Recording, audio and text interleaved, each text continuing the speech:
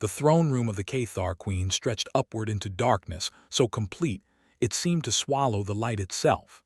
Captain Alara Vance stood at the center of a vast circular platform, her boots making no sound on the polished surface.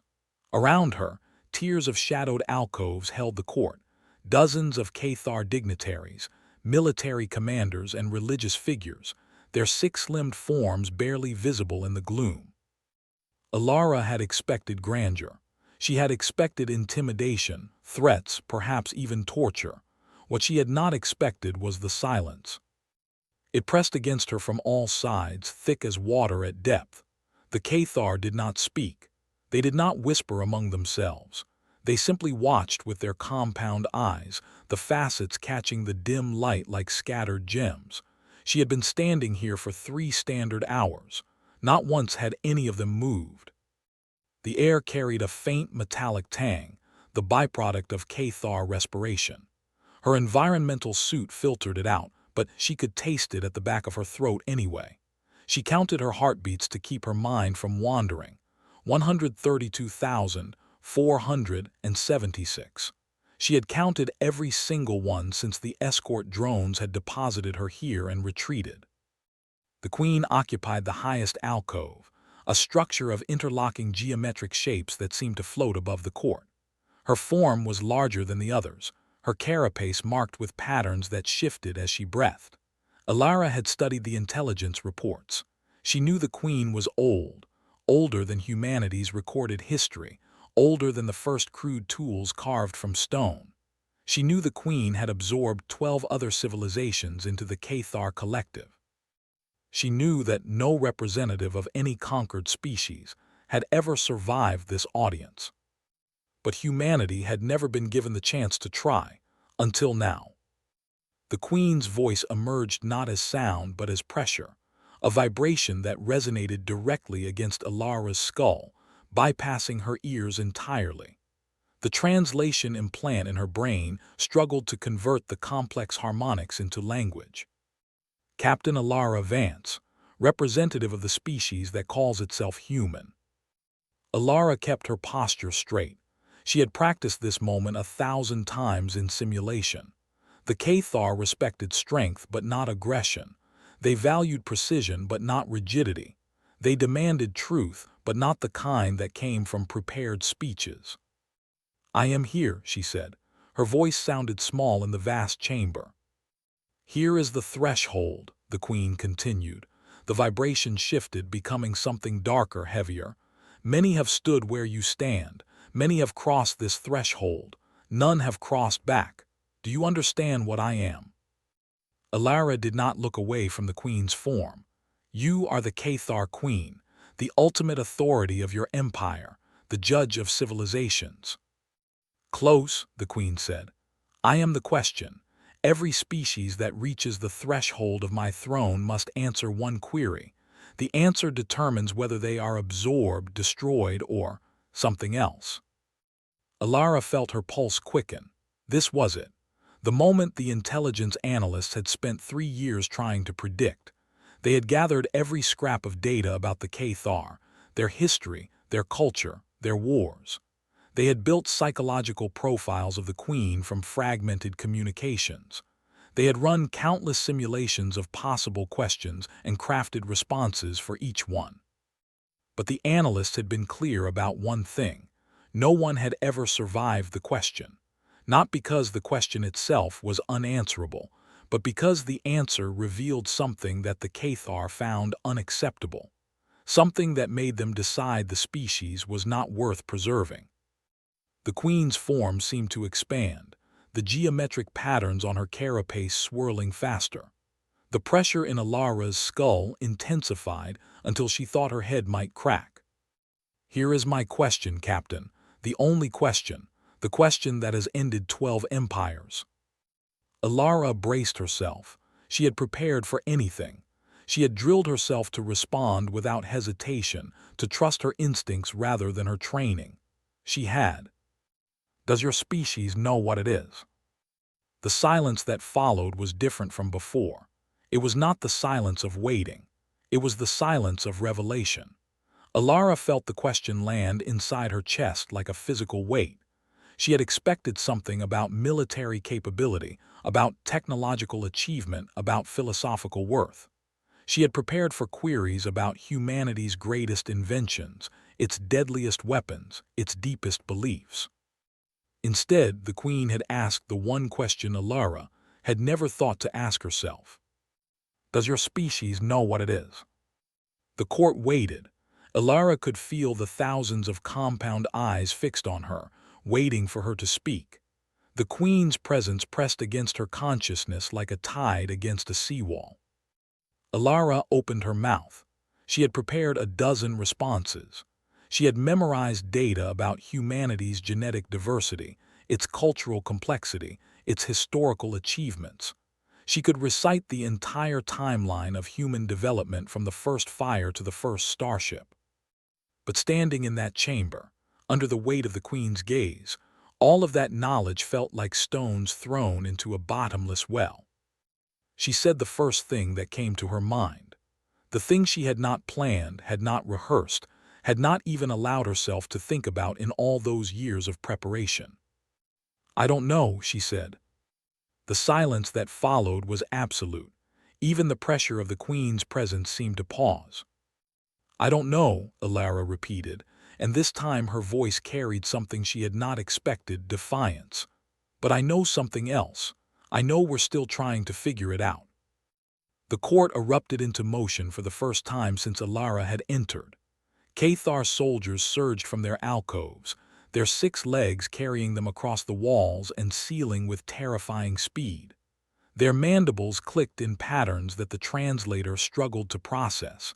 Agitation, alarm, something close to outrage. Alara stood her ground as the soldiers formed a ring around her platform, their biological weapons extended, the tips glowing with concentrated venom. She had seen recordings of what that venom did to organic tissue. She had watched Cathar forces dissolve enemy soldiers into component molecules in less than 3 seconds. But she did not flinch. The Queen's presence grew heavier, washing over the soldiers like a wave. They stilled immediately, retreating to their alcoves with mechanical precision. The clicking faded into silence. "The other species did not answer that way," the Queen said. "They answered with lists, with achievements, with declarations of their worthiness to exist." Alara felt her chest constrict. She had just committed the cardinal sin of first contact. She had been honest in a way that revealed weakness. The analysts would be screaming at their screens if they could see this. The entire mission, the desperate gamble of sending a single representative into the heart of enemy territory, was collapsing around her. "Tell me, Captain," the Queen continued, "what is humanity's greatest achievement? Name the thing that makes your species worth preserving." Alara's mind raced. She could say spaceflight. She could say artificial intelligence. She could say the genetic engineering that had eliminated disease. But all of those felt hollow, like listing the tools without understanding the craftsmen. She remembered the briefing. Fleet Admiral Nakamura had personally selected her for this mission. She had been the only captain whose ship had ever successfully navigated a Cathar interdiction field. She had been the only officer to ever return from a deep space encounter with their forces intact. "Do you know why you're here?" Nakamura had asked her, his weathered face illuminated by the blue glow of the holographic display. "Because I'm the best, sir." "No," he said. "You're here because you don't know how to lie. Every other candidate showed me what they thought I wanted to see. You showed me yourself. That's what we need out there." Alara had not understood then. She understood now.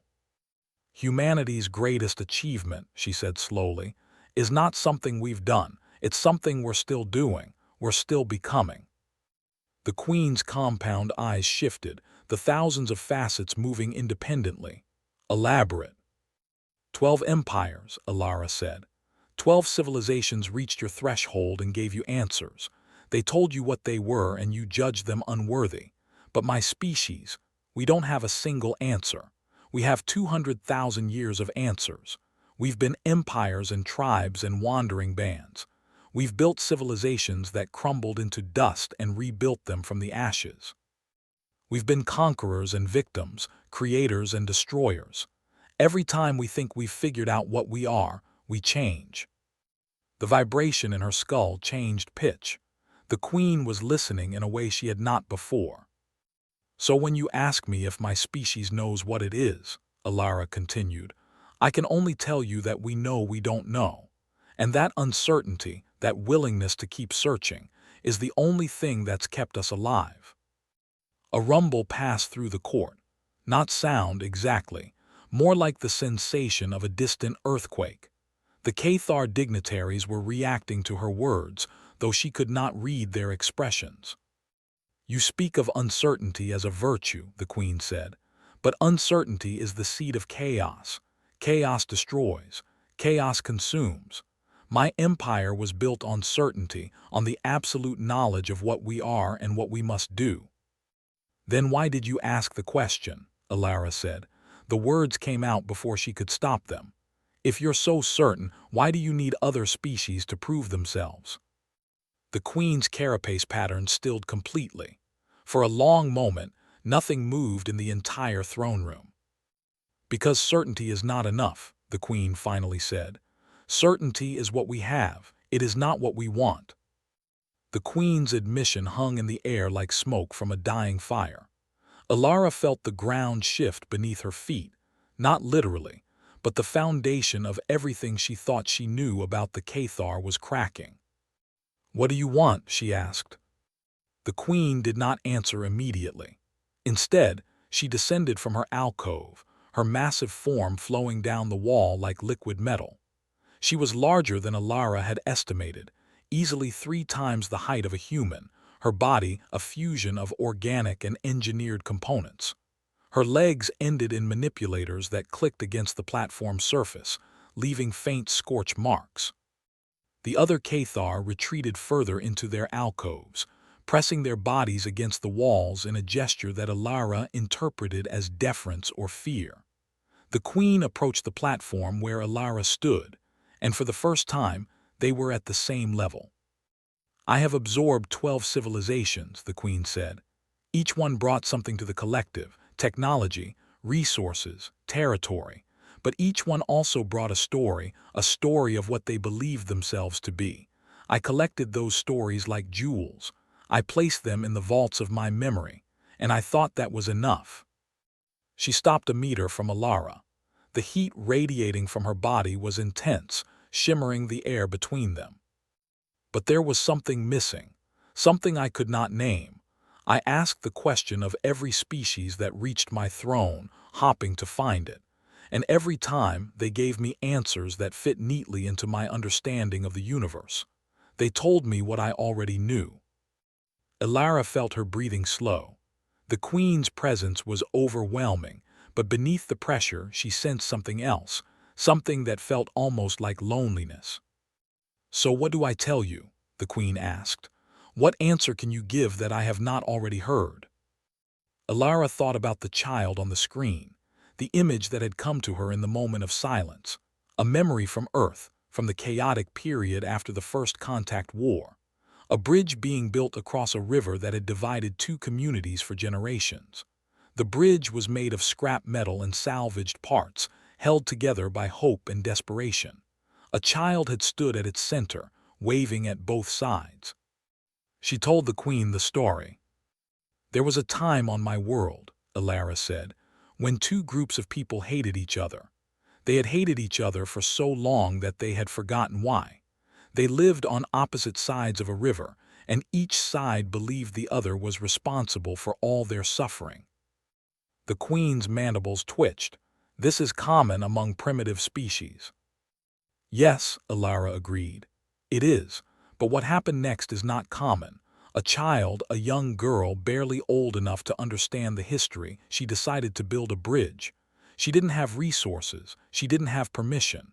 She gathered scrap metal from both sides, pieces that had been thrown away or forgotten. She worked alone for 3 months. Why? The queen asked. What drove her? She said she was tired of looking across the river and seeing strangers. The chamber was silent. Even the dignitaries had stopped moving. One day, Alara continued, the girl's mother discovered what she was doing. The mother was angry. She told the girl to stop, that the bridge would only bring trouble. The girl refused. She said the bridge wasn't for the adults. It was for the children who had to grow up in a world divided by a river that could be crossed. She succeeded, the queen asked. She succeeded, but that's not the important part. The important part is what happened when the bridge was finished. People from both sides came to see it. They stood on their respective banks and looked at this structure of scrap metal and hope, and they started to cross. The queen's carapace patterns shifted, rippling like water disturbed by a stone. The adults crossed first, Alara said. They crossed because they were curious. Then they crossed because they were ashamed. Then they crossed because they remembered that the river was just water and the hate was just a habit. Within a year, the two communities had merged. They built a real bridge. They named it after the girl. Alara met the queen's compound eyes directly. "That's what my species does," she said. "We build bridges. Sometimes they fall down. Sometimes they lead nowhere. But we keep building. Because on the other side of the river there's always someone waiting." The queen's form trembled. The vibration in Alara's skull became unbearable, then stopped entirely. 12 empires, the queen said, her voice barely a whisper. 12 civilizations. Not one of them told me a story about a child building a bridge. "Maybe they didn't have the right stories," Alara said. The queen extended one of her manipulators, hovering it near Alara's face. The heat was intense enough to make Alara's skin prickle. "Or maybe," the queen said, "I was asking the wrong species." The queen's manipulator withdrew and the pressure in the throne room shifted. It was subtle at first, like a change in atmospheric pressure before a storm. Then it became unmistakable. The Cathar were moving, not in the chaotic agitation of earlier, but in something more measured, more deliberate. Dignitaries descended from their alcoves, their forms flowing down the walls in orderly streams. They formed concentric circles around the central platform, their compound eyes fixed on Alara with an intensity that made her skin crawl. The soldiers had reappeared, but they were not aiming weapons. They were watching, waiting. "The question," the queen said, "was never meant to be answered. It was meant to be experienced." Alara frowned. "I don't understand." The queen's carapace patterns began to cycle through colors, deep purple shifting to brilliant gold, then fading back to black. It was mesmerizing, hypnotic. Alara felt her attention being pulled toward the patterns against her will. "The question," the queen continued, "is a mirror. It reflects whatever the respondent carries inside them. Those who answer with achievement reveal that they value achievement. Those who answer with conquest reveal that they value conquest. The answer itself is irrelevant. The choice of what to say, that is everything." Alara felt the weight of the queen's words pressing against her consciousness.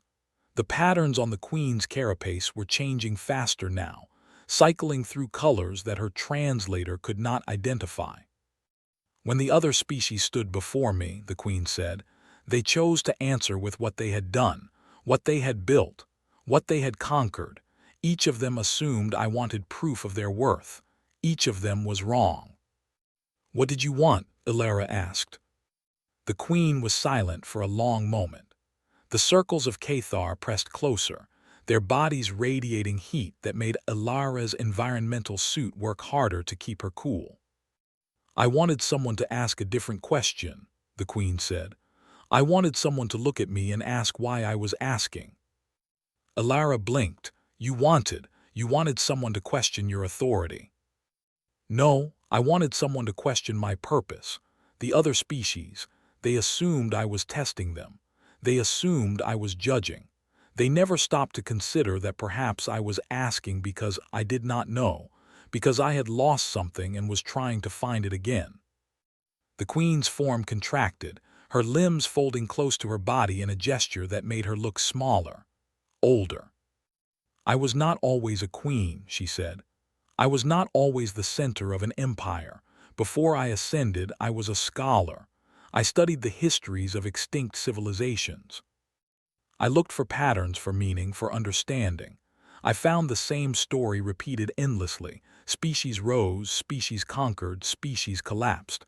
The rise was always the same. The conquest was always the same.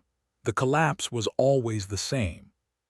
The colors on her carapace slowed, settling into a deep, sorrowful blue. Then I found a world that had been dead for 1,000,000 years. No signs of war, no signs of catastrophe. The species that had lived there had simply stopped. They had reached a point of such profound understanding that they no longer needed to exist. They had achieved everything, and in achieving everything, they had realized that nothing mattered. Elara felt her throat tighten. That's what you were afraid of. I was afraid of repeating their mistake, the queen said. So I created the question. I built an empire that would force other species to prove their worth. I told myself I was searching for something, for a species that would show me a different path. But after 12 failures, I began to believe the path did not exist. She turned her massive head toward Elara, and in the facets of her compound eyes, Elara saw something she had not expected: desperation. Then you came, and instead of telling me what you had done, you told me about a child. You told me about a bridge. You told me about a species that builds because it believes connection is possible, even when everything suggests it is not. The queen extended her manipulator again, but this time it did not stop near Elara's face. It continued forward, resting gently on her shoulder. The weight was immense, but the touch was surprisingly delicate. Captain Elara Vance, the queen said, you have done something that no other species has ever done. You have shown me that the question itself was the problem. Not because the question was wrong, but because I was asking it to the wrong people. Elara felt tears pricking at the corners of her eyes. She forced them back, refusing to show weakness in front of the court. What happens now? She asked. The queen's carapace patterns shifted again, this time to a color that Elara had not seen before. It was not on the spectrum of visible light. It was something deeper, something that her eyes struggled to process. A color that meant change. Now, the queen said, we must decide what to do with the answer you have given. The Cathar court fractured. It happened in an instant, a cascade of motion and sound that transformed the orderly assembly into chaos. Dignitaries clashed with soldiers. Religious figures screamed accusations. The geometric patterns on the walls flickered and distorted as the throne room systems registered the disturbance. Elara stood at the center of it all, the queen's manipulator still resting on her shoulder. She could feel the vibrations of the conflict through the platform beneath her feet. Something was happening, something that had never happened before. The council rejects your judgment, a voice boomed from the highest alcove. A Cathar male, larger than the others, descended with deliberate menace. His carapace bore the marks of military command, scars and modifications that spoke of centuries of warfare. This human has poisoned your mind. She has used words to weave a trap of sentiment and weakness. The queen did not remove her manipulator from Elara's shoulder. High Commander Vikor, you would challenge the authority of your queen. I would preserve the empire from its own leader, Vikor said. You have grown soft. You have forgotten what made us strong. We conquered 12 civilizations because we were certain of our purpose. Now you would throw that certainty away for a story about a child building a bridge. The other Cathar were dividing into two factions, those who pressed closer to the queen and those who gathered behind Vikor. The air crackled with tension, with the scent of something that might have been fear. Elara understood what she was seeing. The queen's revelation had shattered the foundation of Cathar society. For millennia, they had believed their queen was infallible. They had believed the question was a test of worthiness, a judgment from on high. Now they were learning that the question was something else entirely, a confession of uncertainty, a plea for something the Queen could not find alone. "High Commander," the Queen said, her voice carrying an edge of warning, "you would do well to remember who gave you your position, who elevated you from a common soldier to the highest military authority in the Empire." "Ancient history," Vikor said. "You are not the same Queen who conquered the Enthari. You are not the same Queen who absorbed the Velani. You have become something weaker, something that would sacrifice the Empire for a sentimental whim." The Queen's manipulator tightened on Alara's shoulder. "I have not sacrificed anything. I have gained something. Something you cannot understand because you have never looked beyond the boundaries of your own certainty." "Then explain it to me," Vikor said. "Explain why this human, this fragile, short-lived creature, is worth more than 12 conquered civilizations. Explain why you would risk everything we have built for the sake of a story." The Queen was silent for a moment. When she spoke, her voice was softer, almost gentle. "I cannot explain it to you, High Commander. I can only show you, and I can only hope that you are capable of seeing." She withdrew her manipulator from Alara's shoulder and raised it toward the ceiling. The geometric patterns on the walls blazed with light, illuminating the entire chamber for the first time. Alara saw the full scope of the throne room, the thousands of alcoves, the intricate carvings that covered every surface, the massive crystal formations that pulsed with energy. "This is the heart of my empire," the Queen said. "This is the source of our power, and it is also the source of our blindness. We have been so focused on accumulating that we forgot to learn. We conquered 12 civilizations, but we never understood them. We absorbed their knowledge, but we never absorbed their wisdom." Vikor's mandibles clicked in anger. "You would replace our wisdom with theirs." "I would replace our certainty with something better," the Queen said. "I would replace it with the willingness to be wrong, the willingness to change, the willingness to admit that we do not have all the answers." The factions were fully separated now. Vikor's followers had formed a defensive circle, their biological weapons raised and ready. The Queen's supporters pressed closer to the platform, shielding her with their bodies. "High Commander," the Queen said, "I am giving you one chance to accept this new understanding. One chance to join me in building something greater than we have ever built before." Vikor laughed, a harsh, grinding sound that echoed through the chamber. "I would rather die than accept the weakness of the humans." "Then you will die," the Queen said. "But not today. Today, you will leave this place and take your followers with you. You will have 3 cycles to reconsider your position. If you do not return with a new understanding, you will be declared an enemy of the Empire." Vikor's laugh died in his throat. "You would exile me, your most loyal commander." "I would give you a chance to become something more," the Queen said, "but I cannot force you to take it." The High Commander turned and gestured to his followers. They began to stream toward the exits, their forms disappearing into the darkness of the corridors beyond. Vikor paused at the threshold, his compound eyes fixed on Alara. "This is not over, human," he said. "You have brought chaos to our empire. You have sown the seeds of our destruction, and when the empire falls, I will make sure you are there to see it." He vanished into the shadows, and the throne room fell silent. Alara's wristcom chirped, the sound cutting through the silence like a blade. She looked down at the display and felt her blood run cold. "Fleet status approaching. Estimated arrival 4 hours." 4 hours. The human fleet was 4 hours from entering Cathar space. 4 hours from triggering the most catastrophic military response in galactic history. She looked up at the Queen, whose carapace patterns had shifted to a deep, urgent red. The Queen had seen the display. She understood what it meant. "Your people are coming," the Queen said. "They are coming to rescue you." "No," Alara said. "They're coming to fight." The Queen's form stiffened. "They will not succeed. My forces outnumber yours by a factor of 500. Your fleet will be destroyed before it reaches the outer defense perimeter." Alara's mind raced. The mission parameters had been clear.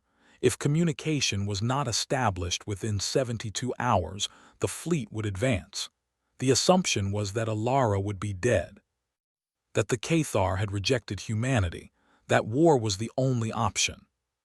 But Alara was not dead, and the Cathar had not rejected humanity. They had done something far more complex.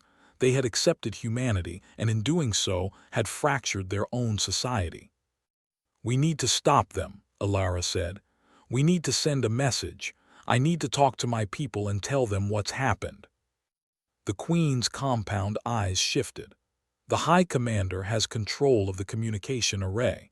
He will not allow you to contact your fleet." "Then we have to take it back." "Impossible," the Queen said. "His forces outnumber my loyal supporters. We would be slaughtered before we reach the array." Alara felt her heart pounding in her chest. 4 hours. She had 4 hours to prevent the extinction of the human fleet. 4 hours to prevent a war that would kill millions. "Your fleet is a suicide mission," the Queen said. "They will be destroyed, all of them." "No," Alara said. "Not all of them, maybe not any of them, but only if we can stop them in time." She looked up at the Queen, her eyes burning with determination. "You said you wanted to build something different, something better. This is your chance. Help me stop this war and we can build that bridge together." The Queen's carapace patterns swirled, colors mixing and separating in patterns that Alara could not interpret. She was thinking, processing, calculating. "I will send my most trusted agents to the communication array," the Queen finally said. "They will attempt to override V-Corps' control, but I cannot guarantee success. And even if they succeed, your fleet may not believe the message." "They'll believe it," Alara said. "They'll believe it because I'll be the one sending it." The Queen's form relaxed slightly. "You are willing to risk everything. Your life, your fleet, your species." "I'm willing to risk everything for the chance to build a bridge," Alara said. "Because on the other side of the river, there's always someone waiting." The Queen made a sound that might have been a laugh, a low, rumbling vibration that shook the platform. "Then let us build this bridge," she said. "Let us see if it can withstand the weight of everything that wants to tear it down." 3 hours later, Alara stood in the communication array chamber, her fingers pressed against the interface that would send her message to the human fleet. The Queen's agents had succeeded, barely. The chamber was littered with the bodies of V-Corps soldiers, their forms still twitching with residual neural activity. The Queen had accompanied Alara personally, her massive form filling the chamber's entrance. She had crushed 3 of V-Corps' soldiers with her manipulators during the assault, her carapace patterns blazing with a color that Alara had learned meant rage. "The array is operational," the Queen said, "but V-Corps' forces are regrouping. We do not have much time." Alara nodded and began transmitting. She spoke quickly, her voice carrying the urgency of the moment. "This is Captain Alara Vance of the United Earth Fleet. I am alive. The Cathar Queen has accepted a diplomatic solution. Do not advance. I repeat, do not advance. Stand down and await further instructions." The message was sent. The response came almost immediately. "Captain Vance, this is Admiral Nakamura. Your message has been received. However, we cannot confirm your identity. The Cathar are known for their ability to mimic voice patterns and neural signatures. Provide additional verification or we will proceed." Alara felt her stomach drop. Of course they wouldn't trust her. The Cathar had created countless traps and deceptions over the millennia. The human fleet was being smart, cautious, exactly the way they had been trained. "I need to verify," she said to the Queen. "I need to prove that I'm really me." The Queen's compound eyes shifted. "How?" Alara thought for a moment. There had to be something she could say, something that only she would know, something that would convince the Admiral she was still in control. "Tell them something personal," the Queen suggested, "something that only you would know." Alara nodded. She had a memory that no one else in the fleet shared, a memory of the day the First Contact War ended and the day humanity realized they were not alone in the universe. She transmitted again. Admiral, I know you're monitoring this channel. I know you're waiting for me to say something that proves I'm real, so here it is. Do you remember the day the war ended? Do you remember standing on the deck of the Unity, watching the Cathar fleet retreat? Do you remember what you said to me? You said, "We didn't win because we were stronger. We won because we were willing to be weak." There was silence on the channel. Then the Admiral's voice came through, tinged with something that sounded like relief. "Captain Vance, you're alive. We're standing down. But we're not leaving. We're going to hold position at the edge of the system until we receive further instructions." "Acknowledged," Alara said. "Maintain position. I'll send a full debrief as soon as possible." She cut the connection and turned to the Queen. "We did it." "We did part of it," the Queen said. "But Vikor is still out there. He will not stop. He will gather his forces and he will attack. Not the human fleet. He knows he cannot win that battle. He will attack the throne. He will kill me and he will reclaim the Empire." Alara felt the weight of the Queen's words settle on her shoulders. "Then we need to stop him." "We cannot," the Queen said. "My supporters are too few. Vikor has the loyalty of the military. He has the resources. He has the determination. He will not stop until the Empire is restored to what it was." Alara looked at the Queen, and in that moment she saw something she had not seen before. The Queen was old. She was powerful, but she was also tired. Tired of fighting. Tired of conquering. Tired of being the only one who understood that there was a different way. "You said you wanted to build something different," Alara said. "Something better. That's not going to happen by hiding in this chamber. That's going to happen by fighting for it. By standing up to Vikor and everyone who agrees with him." The Queen's carapace patterns shifted, moving through colors that Alara had not seen before. Colors that meant hope. "I cannot fight this war alone," the Queen said. "You won't have to," Alara said. "The human fleet is at the edge of the system. 4,000 ships. They came to rescue me. They came to fight. But they're not going to fight the Cathar. They're going to fight with the Cathar. With the Cathar who believe in building bridges instead of burning them." The Queen was silent for a long moment. Then she extended her manipulator and placed it on Alara's shoulder. "Captain Alara Vance," the Queen said, "you have given me something I thought I had lost. You have given me hope. I will not let that hope die. I will fight for it. I will fight for the bridge you have begun to build." The Queen's carapace patterns blazed with light, filling the chamber with the color of change. "Let us end this war," she said. "Let us build something that will last." The battle for the throne room lasted 12 standard hours. Alara directed the human fleet from the communication array, coordinating with the Queen's loyalists to defend the throne against Vikor's forces. It was a chaotic, desperate fight, not the kind of conflict she had trained for, but the kind she had always known was possible.